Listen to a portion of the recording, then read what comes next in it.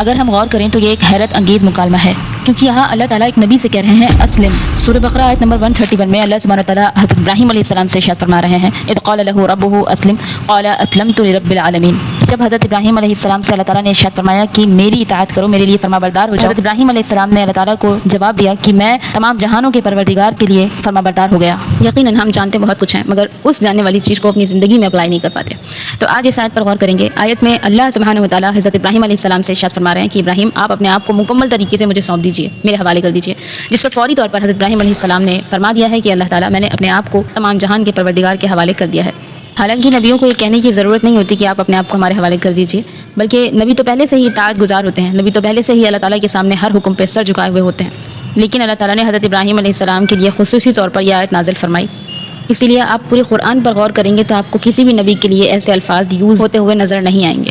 تو حضرت ابراہیم علیہ السلام سے ان الفاظوں کو کہنا دراصل ہمیں سمجھانا مقصود ہے کہ ہمیں کہا جا رہا ہے کہ سر جھکا دیجیے اور تسلیم کر لیجیے۔ تو اب ظاہری طور پر ہم حضرت ابراہیم علیہ السلام کی زندگی کو دیکھیں گے تو حضرت ابراہیم علیہ السلام کی پوری زندگی تسلیم سے بھری ہوئی ہے۔ آپ غور کریں گے تو آپ کو پتہ چلے گا کہ حضرت ابراہیم علیہ السلام پر جتنی بھی ٹربلز اللہ تعالیٰ نے ڈالی ان میں حضرت ابراہیم علیہ السلام کامیاب ہوئے، اللہ تعالیٰ کے حکم کو تسلیم کیا ہے، چاہے وہ عقل سے ماورا بات ہو، چاہے جیسی بات ہو، لیکن اس پر سر جھکائے بغیر کسی سوال اور شکایت کے وہ ہر جگہ اللہ تعالیٰ کے سامنے سر جھکاتے ہوئے نظر آئے۔ مثلاً اب ذرا دیکھیے، انہوں نے اپنی قوم کو چھوڑا، وطن کو چھوڑا، بتوں کو توڑا اور آگ میں پھینکے گئے۔ واللہ یہ چیزیں بولنا بہت آسان ہے، لیکن ان تمام مرحلے سے حضرت ابراہیم علیہ السلام کس طرح گزرے ہوں گے یہ وہی جانتے ہیں یا ان کا اللہ۔ پھر انہیں بیٹا ملا بڑھاپے میں اور اللہ تعالیٰ نے بیٹے کے جوان ہونے پر حکم دے دیا کہ بیٹے کو ذبح کر دیا جائے۔ اب یہاں پر ایک بات قابل غور یہ بھی ہے کہ اگر نومولودہ بچے کے بارے میں کہا جائے کہ وہ نیو بورن ہے، اس کو قتل کر دیں تو یہ ایک الگ چیز ہے کیونکہ ابھی اس سے کوئی انسیت نہیں ہوتی، لیکن بچہ جب آپ کے ساتھ ایک اچھا خاصا وقت گزار چکے اور آپ کے ساتھ اس کو انسیت ہو جائے تو اس وقت اس کو قتل کرنے کا حکم دیا جائے